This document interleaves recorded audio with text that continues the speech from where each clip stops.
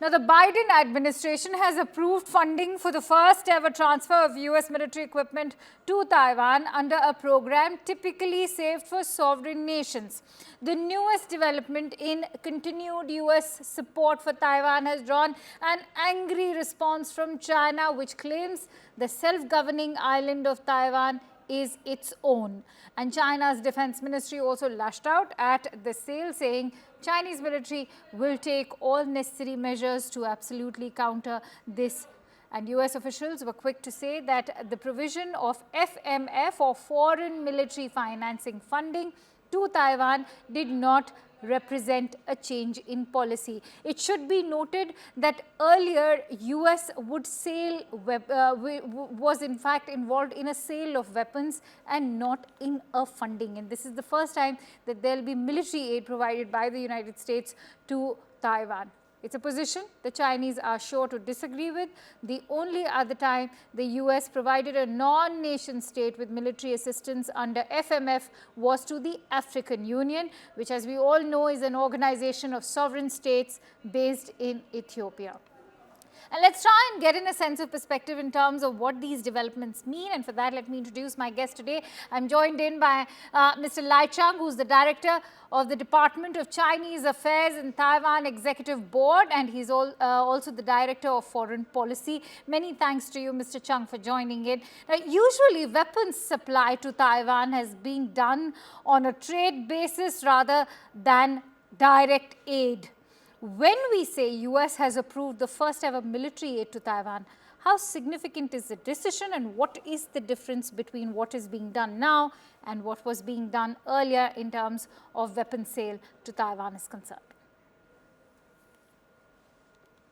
I think the President Biden authorized the foreign military financing for Taiwan. That is basically the first time that this program has been adopted to use for the military support for Taiwan. In the past, it was always foreign military sale. So Taiwan pay and get the weapon from the United States. But this time, it is a very different program.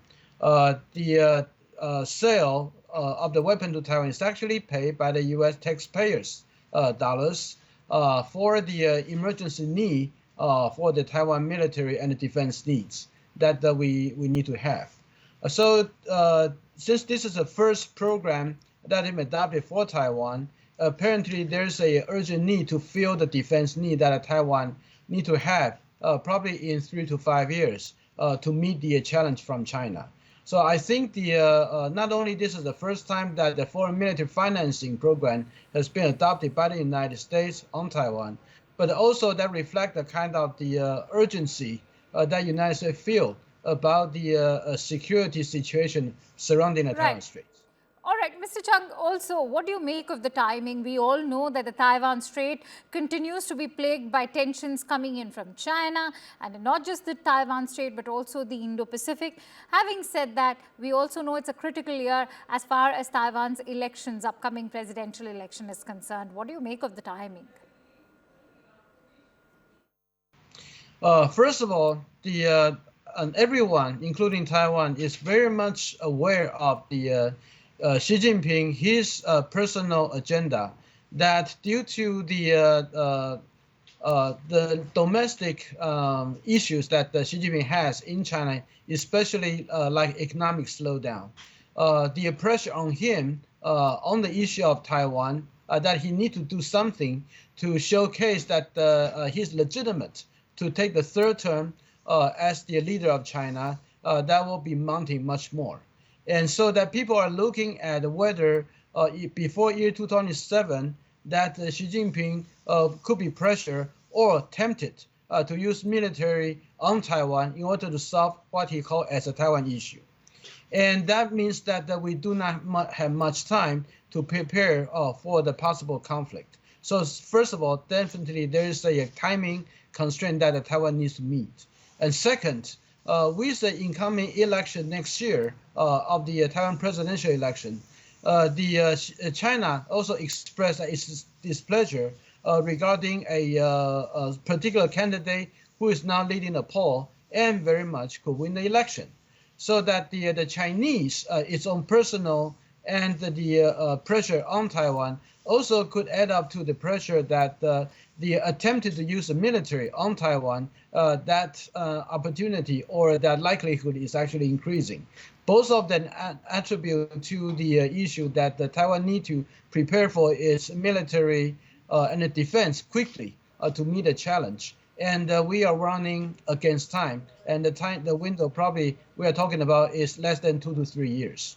Let's not forget that China and US have recently taken steps to resume dialogue.